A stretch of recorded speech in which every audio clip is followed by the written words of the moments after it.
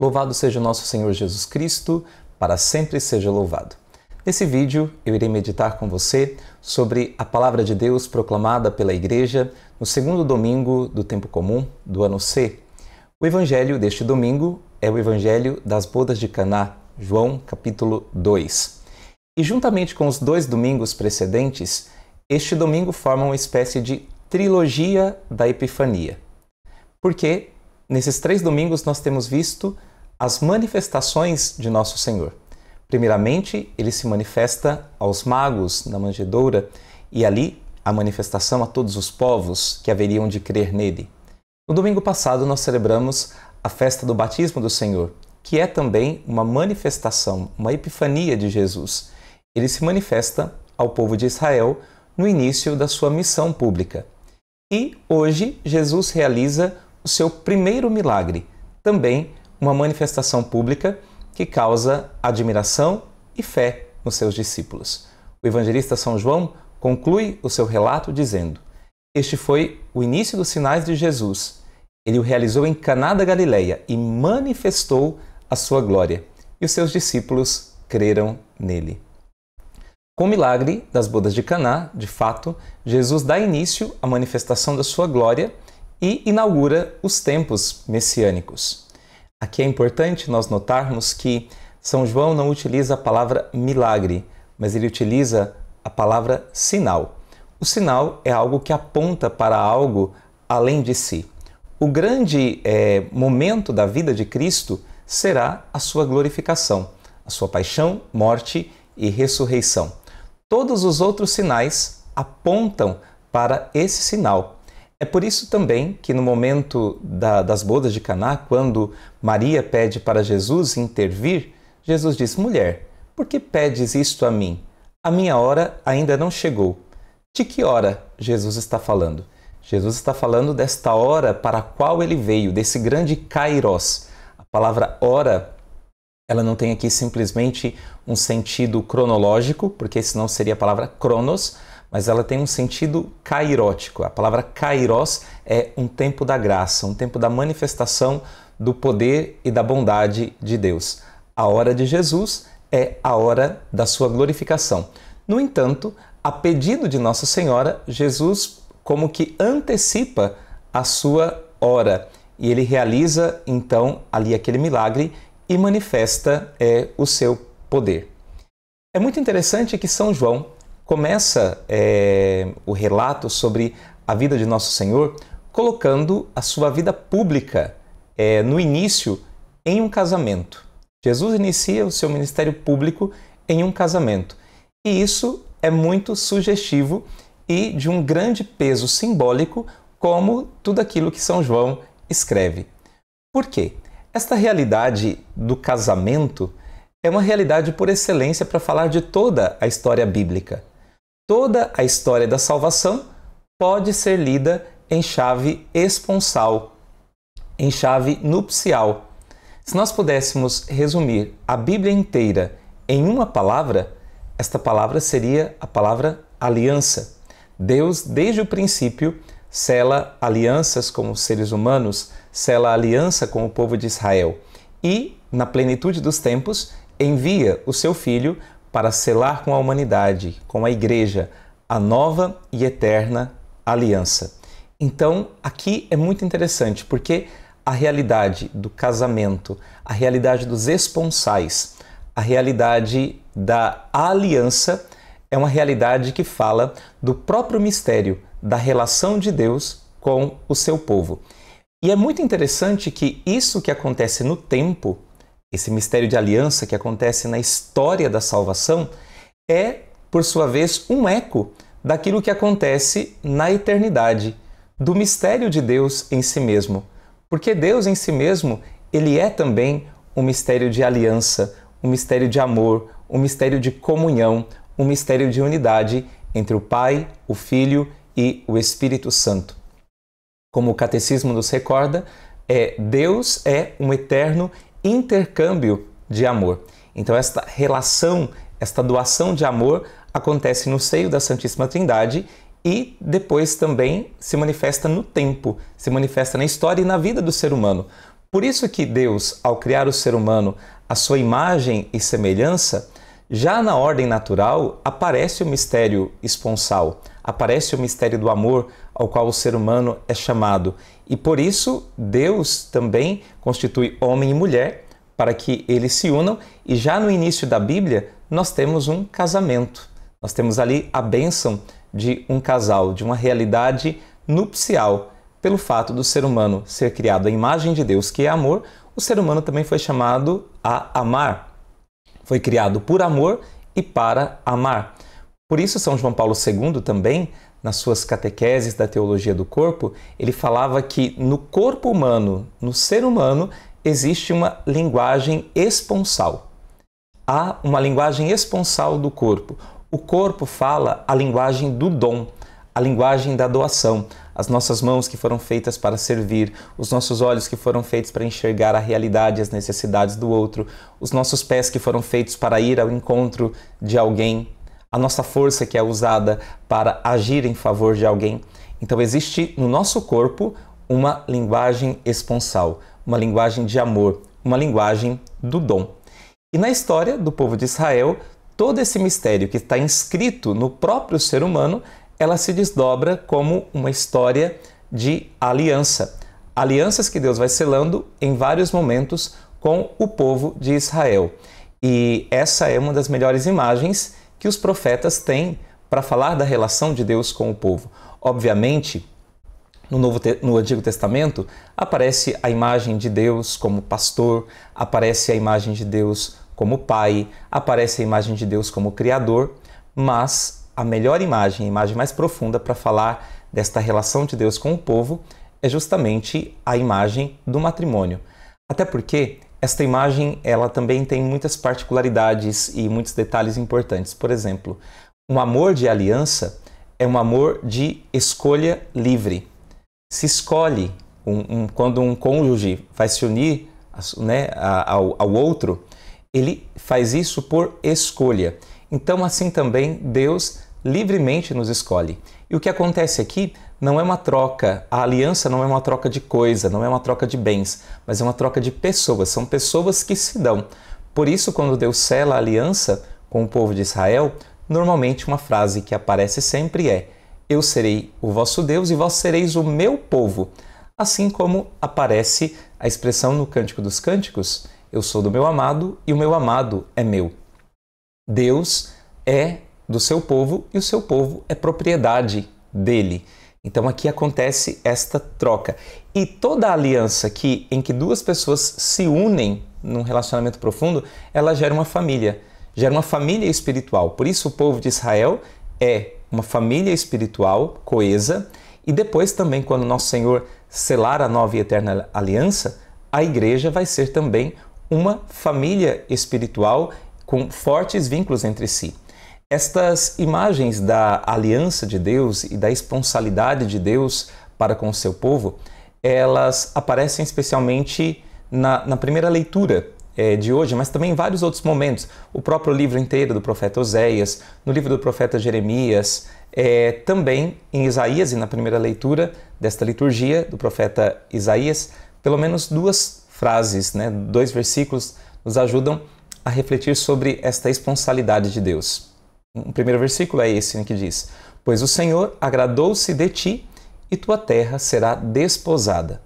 Depois também: como a noiva é a alegria do noivo, assim também tu és a alegria do teu Deus. No Novo Testamento, uma das imagens de Jesus é a imagem dele como esposo. João Batista se reconhece como o amigo do esposo. Também, quando perguntam aos discípulos de Jesus a respeito do jejum, ele diz: olha, pode os amigos jejuar enquanto o noivo ainda está com eles? Eis que o noivo lhes será tirado, e então eles jejuarão. Jesus usa esta imagem do noivo para si mesmo. E o ápice de toda a vida de Nosso Senhor é o seu mistério pascal. E esse mistério pascal é um mistério de aliança. Jesus sela na cruz e antecipa de alguma forma, de forma sacramental, na última ceia, ele sela a nova e eterna aliança. Então nós estamos falando aqui de fato de um símbolo matrimonial, de uma realidade matrimonial, de uma realidade de doação de vida. Então esse símbolo do matrimônio, da aliança, é o símbolo da união do Messias com a igreja, de Cristo com a igreja. E por isso que depois, na carta aos Efésios, no capítulo 5, São Paulo vai falar dos deveres do matrimônio cristão. Então ele vai falar dos deveres da mulher, vai falar dos deveres dos esposos, e ele apresenta Cristo como o melhor modelo de esposo. E apresenta esta união entre Cristo e a igreja como o modelo de união para todos os casais. É um modelo de união paradigmático. E por isso, São Paulo diz aos homens: maridos, amai as vossas esposas como Cristo amou a igreja e se entregou por ela. Então, Cristo é o modelo de esposo. E São Paulo conclui esse trecho citando o Gênesis. Por isso, o homem deixará pai e mãe e se unirá à sua mulher, e os dois serão uma só carne. Em seguida, São Paulo interpreta este versículo e ele diz o seguinte: este mistério é grande. Tem uma tradução que eu vi que diz assim: este mistério é magnífico. E eu o interpreto em relação a Cristo e à igreja. Então é Cristo e a igreja quem realizam a verdadeira aliança, o verdadeiro matrimônio. E todo casamento, todo matrimônio cristão, ele deve ser uma imagem viva desse amor de Cristo pela igreja, do desponsório, do casamento de Cristo com a igreja. E é por isso que, se a Bíblia ela começa com a bênção de um matrimônio, do primeiro casal, a Bíblia também ela é encerrada com também uma realidade matrimonial. A igreja, no livro do Apocalipse, que sobe para o céu como uma esposa adornada para o seu esposo. Então, a Bíblia ela está entre dois matrimônios. Então, tudo que tem dentro fala desta união esponsal, fala de aliança, fala desta doação de vida que Deus faz de si e que nós somos chamados a fazer de nós mesmos e a igreja a fazer também em relação a Ele. Então, nós devemos olhar para o mistério pascal de Nosso Senhor e entender a cruz como um verdadeiro leito nupcial. A cruz é um verdadeiro tálamo nupcial e é a prova da fidelidade de Deus. A cruz é até onde Deus vai para ser fiel à sua aliança, ao seu compromisso de amor, de entrega ao seu povo. É até onde Deus é capaz de ir para manter-se fiel. Dom Futon Shin, num dos seus escritos, ele diz assim: vocês sabem o que está acontecendo aos pés da cruz? Núpcias é o que está havendo. Núpcias. E também, Santo Agostinho, ele escreveu no seu tratado sobre o matrimônio: como um noivo, Cristo saiu de seus aposentos.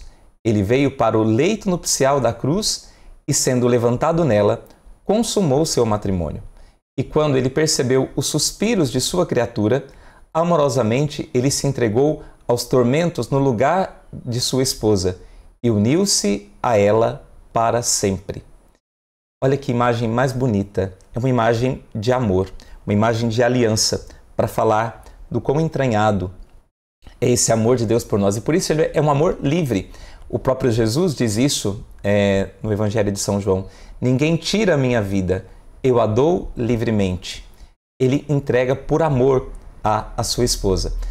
Santo Agostinho, ele enxerga então a cruz como esse leito nupcial, mas também Santo Agostinho, ele faz uma interpretação ainda no outro de seus escritos, que já o mistério da encarnação, ele é um mistério nupcial, porque ao unir a divindade, no mistério da chamada união hipostática, quando Deus se faz homem, Deus se une ao homem na divina pessoa de nosso Senhor Jesus Cristo.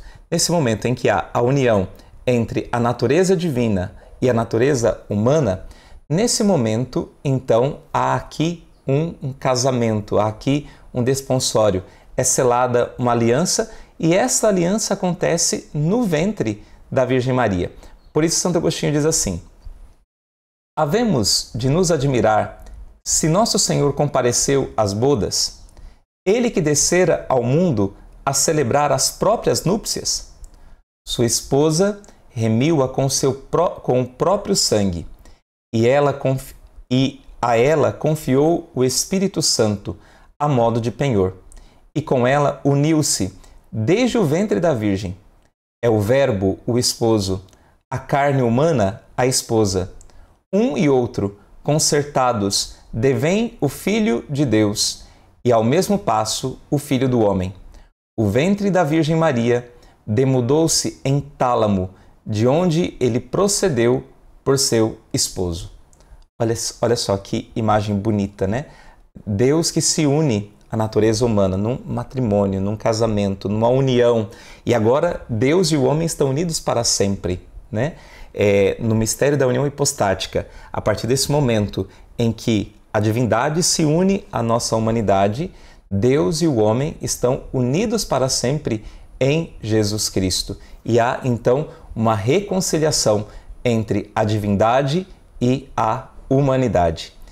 Também, nessa realidade matrimonial, existe uma outra imagem muito bonita que diz que, como um documento do Concílio Vaticano II diz, foi do lado de Cristo adormecido sobre a cruz que nasceu o admirável sacramento de toda a Igreja. E aqui a imagem que nós podemos ter é a imagem da mulher que foi tirada do lado de Adão no paraíso. Deus fez com que Adão caísse num sono e abriu-lhe uma costela, abriu-lhe um lado, e dessa costela e desse lado de Adão, adormecido no paraíso, tirou uma costela e formou a mulher. Então, também, esse documento da Igreja, ele diz isso, né? Foi do lado de Cristo, adormecido na cruz, que nasceu o admirável sacramento de toda a Igreja. Então, ali, do lado de Cristo, brotam o sangue e a água, que lembram para nós e que representam para nós, e os santos padres sempre interpretaram assim, ali estão os sacramentos da Igreja. No sangue, a Eucaristia, o maior de todos. Na água, o batismo, o primeiro de todos. Então, o primeiro e o maior contemplando a todos os sacramentos. Então, o sangue e a água do lado aberto. O sangue e a água, é claro, simbolizam o banho das núpcias do batismo e a festa nupcial da Eucaristia. Então, ali na cruz, nós temos de fato esse mistério nupcial. E o Catecismo da Igreja Católica, no número 1617, diz uma coisa muito bonita. Toda a vida cristã traz a marca do amor esponsal de Cristo e da Igreja. Toda a vida cristã traz a marca do amor esponsal de Cristo e da Igreja. Já o batismo, entrada no povo de Deus, é um mistério nupcial.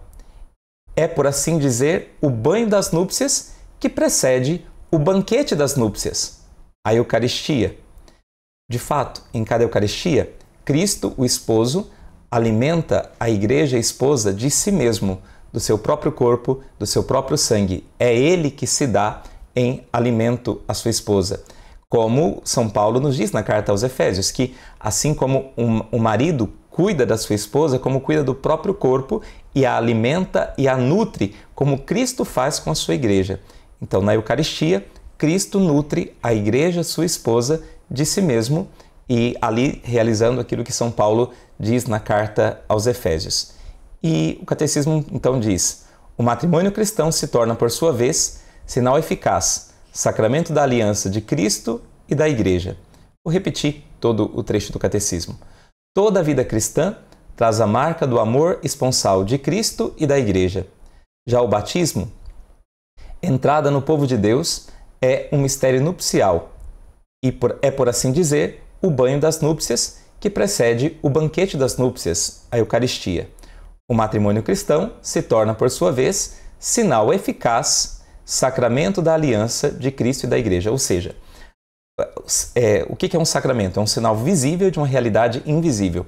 A partir do momento em que o casal contrai matrimônio, o que ele faz é declarar, é se comprometer a se tornar uma imagem viva do amor de Cristo pela Igreja. Que esse matrimônio que aconteceu na cruz essa entrega de Cristo que aconteceu na cruz e toda a busca de fidelidade que a igreja tem ao longo de todos os séculos, isso deve acontecer na própria vida do casal. Esse amor deve realizar e eles devem ser uma imagem viva da fidelidade de Cristo, da fidelidade de Cristo em relação à igreja, da fidelidade da igreja em relação a Cristo. Então, é isso que um casal é chamado a viver. Por isso também, falando agora ainda da Eucaristia, São João Paulo II, numa das suas cartas, ele diz que a Eucaristia é o sacramento do esposo e da esposa. Do esposo Cristo, que alimenta a igreja sua esposa. Então, vemos essa beleza, né? E as bodas de Caná, no que acontece ali é a transformação da água em vinho. Nós devemos então entender que há aí um cumprimento messiânico, um cumprimento da aliança, porque o vinho era anunciado como um dom messiânico. Isso nós podemos ler, por exemplo, em Jeremias capítulo 31, versículo 12, ou também em Isaías capítulo 25, versículo 6, onde está escrito o seguinte: O Senhor dos Exércitos prepara para todos os povos neste monte um banquete de carnes gordas, um banquete de vinhos finos, de carnes suculentas com tutano e vinhos depurados. Então, aí, os tempos messiânicos, tempo de banquete, de fartura, regado a vinhos finos, a vinhos depurados. É interessante que ali haviam 6 talhas. O número 6 na Bíblia é um número imperfeito. O 7 é perfeito. Então, ali, Jesus está fazendo uma passagem. O que Jesus está dizendo é que está havendo uma passagem da antiga aliança para a nova aliança. Estavam 6 talhas ali para a purificação que os judeus costumam fazer. Jesus agora é quem vai realizar a purificação perfeita com o seu próprio sangue. Então, aqui nós temos uma passagem da antiga aliança para a nova aliança. Em cada talha cabiam mais ou menos 100 litros. Então, Jesus transformou uma grande quantidade de água em vinho. E aqui é muito interessante nós contemplarmos o seguinte: a quantidade era grande, isso se representa a abundância dos tempos messiânicos inaugurados por Jesus, aonde a graça é superabundante, onde a graça de Deus é generosa. Deus não se deixa vencer em generosidade. Quero concluir esta nossa meditação com um pensamento do Papa Bento XVI que diz: com este sinal, Jesus revela-se como o esposo messiânico que veio estabelecer com o seu povo a nova e eterna aliança, segundo as palavras dos profetas. Assim como a esposa faz a felicidade do seu marido, assim será a alegria do teu Deus. E o vinho é o símbolo desta alegria de amor, mas ele faz alusão também ao sangue que Jesus derramará no fim, para selar o seu pacto nupcial com a humanidade. E olhando para esta realidade, nós podemos aprender algo para a nossa vida. Jesus não quer ter conosco, com a humanidade e com cada um de nós, apenas um relacionamento distante, frio ou técnico. Jesus quer ter conosco um verdadeiro relacionamento de amor. É um amor de eleição. Ele nos escolheu livremente, sem mérito algum da nossa parte, e nos doa sem cessar e de forma abundante o seu amor. A sua doação vai até o extremo. Jesus, tendo amado os seus que estavam no mundo, amou-os até o fim, nos diz São João quando começa a narrar a paixão de nosso Senhor.